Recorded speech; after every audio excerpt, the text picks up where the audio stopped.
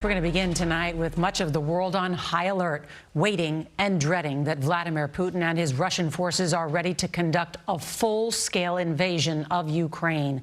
Up to 190,000 Russian troops are assembled around Ukraine's border, and almost all of them are in attack positions. Ukraine has declared a state of emergency and called up military reservists. The Kremlin today said rebel leaders in eastern Ukraine have asked Russia for military assistance to fend off Ukrainian aggression. And the fear is that Russia will use this as a pretext for direct military involvement in eastern Ukraine.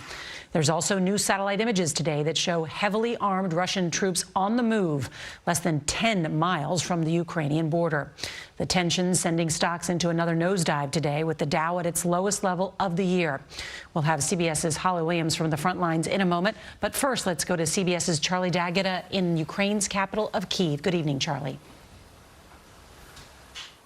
Good evening, Nora. Once again, there have been a number of cyber attacks here tonight targeting banks and the foreign ministry. The fear has always been that would be the first sign of a military invasion, only adding to the tensions here. That nationwide state of emergency already went into effect at midnight here. Police are now warning residents to be on alert in case of attack. The Ukrainian president's mobilization of reserve troops.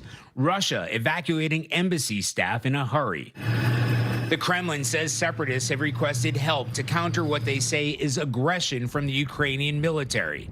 A senior defense official telling CBS News that Russia's military is ready for a full-scale invasion, which could come as soon as tonight, including targeting the capital Kyiv itself.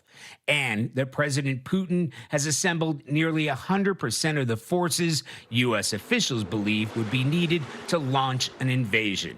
The U.S. believes more Russian troops are now entering the Donbas region of eastern Ukraine. We certainly believe that additional Russian military forces are moving into that region, not beyond that region that we have seen. Ukraine now looks and feels like a country bracing for a full-blown war. At a tank factory in Kyiv we visited today, they've been working overtime, repairing tanks from frontline fighting, where Ukrainian forces have been battling Russian-backed separatists for years. These tanks and armored vehicles have already seen plenty of action, and they've got the battle scars to show it. Once here, they're turned around as quickly as possible. Against the Russian military, they need every weapon in the arsenal. They not only know the clock is ticking, they're fully aware this factory itself may be a target if Russia launches a full-scale invasion. The atmosphere here in Kyiv has changed tonight. Those recent developments, the fighting in the east, it's no longer a question of if, but when.